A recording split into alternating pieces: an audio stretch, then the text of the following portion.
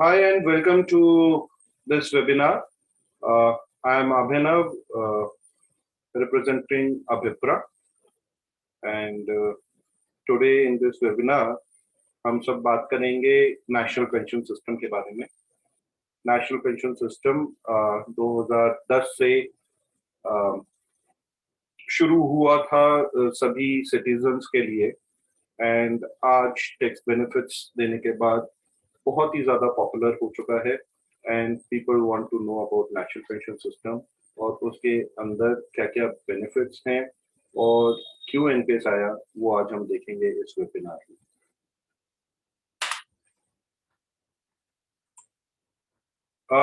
थोड़ा सा अभिप्रा के बारे में। अभिप्रा 25 साल से ज़्यादा पुरानी कंपनी है। हम 1994 में इनकॉर्पोरेट हुए थे with a membership of National Stock Exchange, and later on we also became member with Bombay Stock Exchange. हम शुरू के कुछ डिपॉजिटरी पार्टिसिपेंट्स में से एक हैं जिन्होंने फिजिकल टू डीमैट फॉर्म में शेयर्स को कन्वर्ट करना शुरू किया था। आज हम एनएसडी यूनिवर्सिटी के साथ और काम कर रहे हैं और डीमैट सर्विसेज प्रोवाइड कर रहे हैं पिछले 25 साल से। ये कुछ सर्विसेज हैं जिसके अंदर अभिप्रा इन्वॉल्व है। हम स्टॉक ब्रोकर हैं, जैसे मैंने आपको पहले बताया, National Stock Exchange, Bombay Stock Exchange. इसके अलावा we are also depository participant with NSD and CDSL. We are helping investors to invest into mutual funds and advising their portfolios in segregating their investments. We are also helping investors with their insurance needs. Apart from this, to corporates, we are also providing services for registrar as a registrar and transfer agent and helping the corporates for maintaining their shareholders who are holding the shares of their respective companies. Avipra is one of the registered point of presence with PFRDA to deliver services regarding national pension system. लोगों को बताना NPS क्या है, उनके account खुलवाने, और उसके बाद जितनी भी एनपीएस से रिलेटेड सर्विसेज हैं वो सारी हम प्रोवाइड करते हैं as a authorised person from Pension Fund Regulatory and Development Authority. इसके अलावा हम बैंक ऑफ इंडिया और आर्यवर्त बैंक के साथ भी जुड़े हुए हैं और we are working in line with the government scheme of financial inclusion, जहां हम टीयर 2 टीयर 3 टाउन में जो लोग आ रहे हैं उनको बैंकिंग सर्विसेज से हम जोड़ने का काम करते हैं। National pension system. National pension system क्या है? It's a government scheme. Government started national pension system. आज से पहले 2000 से पहले जितने भी लोग गवर्नमेंट एम्प्लॉइज थे उन सबको डिफाइंड बेनिफिट दिया जाता था। इसका मतलब है कि वो अगर किसी सैलरी पर हैं और रिटायर हो रहे हैं तो उनकी पेंशन उनकी रिटायरमेंट के टाइम जो सैलरी थी उसके बेसिस पर डिफाइन होती थी और थ्रू आउट द लाइफ उनको पेंशन उसी बेसिस पर मिलती जा रही थी। गवर्नमेंट ने ये रियलाइज किया कि अगर हम इस तरीके से कंटिन्यू रखेंगे तो धीरे धीरे एक पेंशन देने की कॉस्ट गवर्नमेंट के ऊपर बहुत ज्यादा बढ़ जाएगी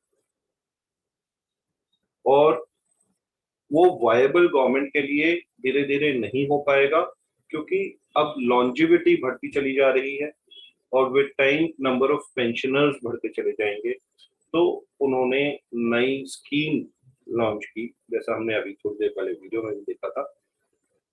तो वो मूव हुए from defined benefit to defined cost scheme. आप इसको डिफाइंड कॉस्ट कहिए गवर्नमेंट की तरफ से या डिफाइंड कॉन्ट्रीब्यूशन कहिए। गवर्नमेंट ने कहा कि 2004 के बाद जितने भी सेंट्रल गवर्नमेंट एम्प्लॉइज होंगे या स्टेट गवर्नमेंट एम्प्लॉइज होंगे, जितने भी 2004 के बाद ज्वाइन कर रहे हैं, उनको पुरानी पेंशन स्कीम से हम बाहर रखेंगे और एनपीएस के अंदर लेके आएंगे। और एनपीएस के अंदर जितनी भी उनकी सैलरी चल रही है उसी के बेसिस पर सैलरी जब तक उनकी चल रही है तब तक उनकी सैलरी का 10% हम एनपीएस में उनके नाम से जमा करें।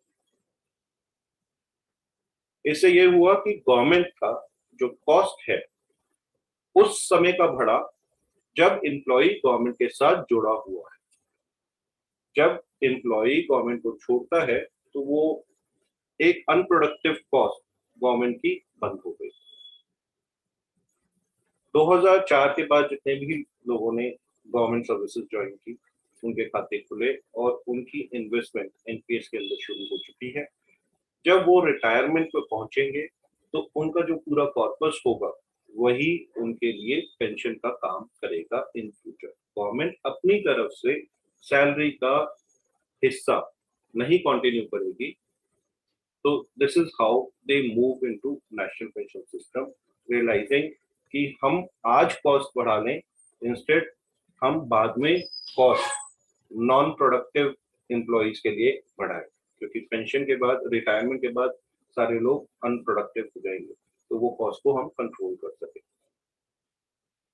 इसके अलावा गवर्नमेंट ने जब ये 2004 से शुरू किया, गवर्नमेंट ने इसको रियलाइज किया कि ये स्कीम इतनी बेहतर हो चुकी है कि ये सिर्फ गवर्नमेंट एम्प्लॉइज तक सीमित नहीं, बल्कि हम जितने भी देश के लोग हैं, सिटीजन्स ऑफ इंडिया हैं, हम ये स्कीम उनको भी आगे बढ़ा सकते हैं।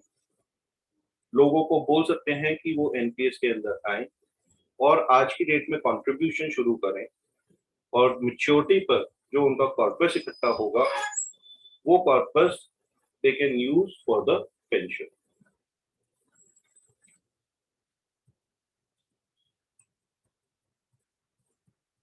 एनपीएस स्कीम को मॉनिटर और रेगुलेट करने के लिए गवर्नमेंट ने अपनी एक अथॉरिटी बनाई, pension Fund Regulatory and Development authority.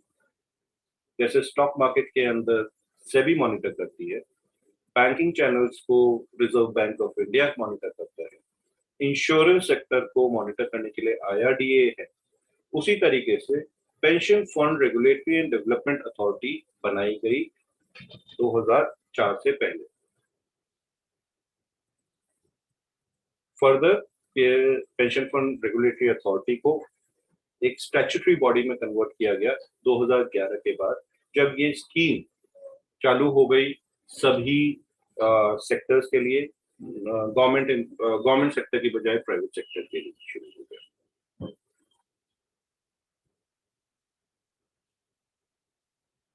Pension Fund regulatory development authority का मेन पर्पस रेगुलेशंस ड्राफ्ट करना है, किस तरीके से पेंशन फंड को इस पर्टिकुलर एनपीएस स्कीम को डेवलप किया जाए, प्रमोट किया जाए।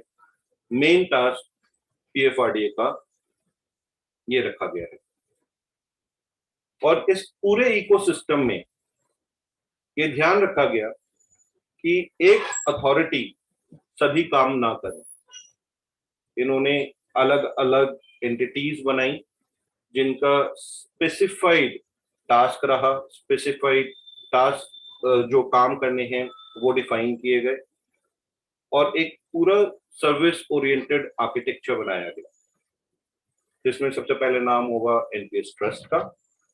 एनपीएस ट्रस्ट की जिम्मेदारी है सभी इंटरमीडिएट्स को मॉनिटर करना, उनकी रिपोर्टिंग टाइम टू टाइम लेना और अकॉर्डिंगली डिसिसिव एक्शंस लेना।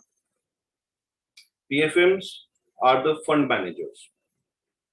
फंड मैनेजर्स, गवर्नमेंट ने कहा कि जो फंड हमारे पास सब्सक्राइबर्स का आएगा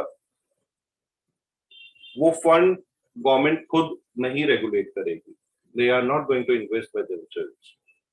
उन्होंने कहा कि जो एक्सपर्ट्स हैं फंड मैनेज करने के लिए हम उनको अपॉइंट करेंगे और वही फंड अकॉर्डिंगली इन्वेस्टमेंट का सब्सक्राइबर की चाहत के हिसाब से इन्वेस्ट करेंगे और जो भी रिटर्न आएगा वो कॉर्पस अकॉर्डिंगली बिल्डअप करेंगे।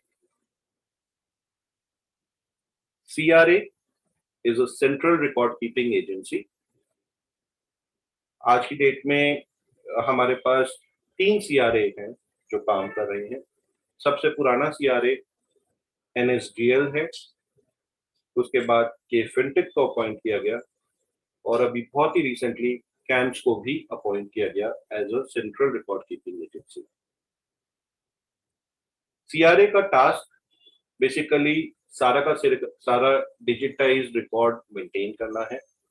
आज हम कोई भी अपना खाता खोलते हैं तो वो CRAs के पास पूरा डाटाबेस मैनेज होता है। आज हम कोई इन्वेस्ट करते हैं तो CRAs ही आगे PFMs को इंस्ट्रक्ट करते हैं कि इतना फंड आपको इन्वेस्ट करना है पर्टिकुलर स्कीम के अंदर।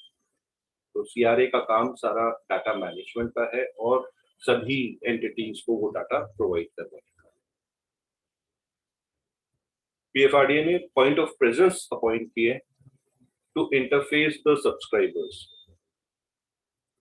पॉइंट ऑफ प्रेजेंस का बेसिकली पर्पस है कि सब्सक्राइबर्स के पास जाएं, उनको NPS स्कीम के बारे में बताएं, NPS के अकाउंट खुलवाएं, और through out their journey, investment journey, उनको सर्विस करें कि कभी नाम चेंज करना है, एड्रेस चेंज करना है, या उनको रिटर्न्स चाहिए अपनी, या फिर इन्वेस्टमेंट्स करवानी है।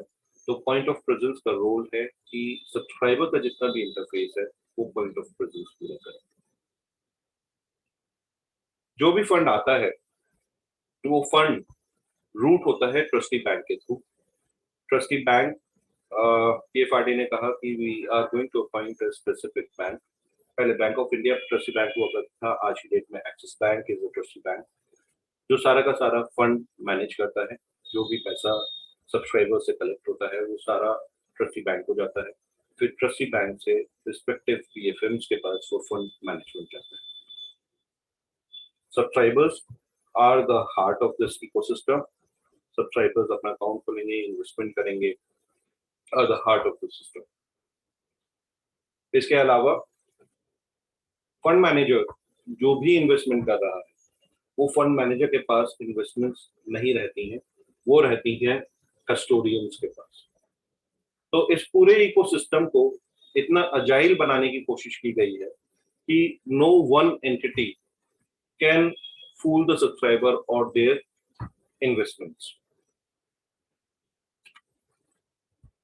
ये एक छोटा सा इंफॉर्मेशन फ्लो है जो मैं आपको दिखाना चाहता हूँ कि आज एक सब्सक्राइबर है, वो किस तरीके से अपने NPS अकाउंट को खोलता है और खोल के उसका इंफॉर्मेशन फ्लो करता है through out the system. Subscriber पहले पॉइंट ऑफ प्रेजेंस के पास आता है। अभिप्राय is one of the point of presence. जब वो हमारे को फॉर्म देता है तो हम वो सारा फॉर्म डिजिटाइज करते हैं। We give this information to central record keeping agency. अभिप्राय के पास एक्सेस सभी CRAs का है। तो आज सब्सक्राइबर बोलता है कि मेरा रिकॉर्ड NSDL के पास रहना चाहिए, तो we give the information to NSDL। Subscriber point करते हैं कि KFinTech के पास मेरे को अपना अकाउंट खुलवाना है, तो अकाउंट आपका अभिप्राय के पास ही खोल रहा है, लेकिन जो आपका रिकॉर्ड है वो रिकॉर्ड की जिम्मेदारी KFinTech के पास है as a central record keeping agency. तो जिस तरीके से सब्सक्राइबर अपॉइंट करेंगे तो वो इन्फॉर्मेशन हम रिस्पेक्टिव CRA को ट्रांसफर करते हैं। जब अकाउंट ओपन हो जाता है उसके बाद आपकी जितनी भी इन्वेस्टमेंट हमारे पास आई है we transfer it to trustee bank. जब हम ट्रस्टी बैंक को फंड ट्रांसफर करते हैं, CRA ट्रस्टी बैंक को इन्फॉर्म करता है कि ABC अकाउंट, इनका इतना इतना पैसा POP से आपके पास आने वाला है, उसके हिसाब से आप इसको फर्दर इन्वेस्ट करें। CRA वही इंफॉर्मेशन PFM को भी देता है कि आपके पास आज इतना फंड आने वाला है जिसको आपको इन्वेस्ट करना है पर्टिकुलर स्कीम्स के अंदर। स्कीम्स क्या है हम आगे देखेंगे। ट्रस्टी बैंक फिर वो फंड को पास ऑन करता है फंड मैनेजर को। फंड मैनेजर सारी इन्वेस्टमेंट्स करते हैं और इन्वेस्टमेंट करके जो भी इनकी इन्वेस्टमेंट्स होती हैं वो कस्टोडियन के पास जाती है।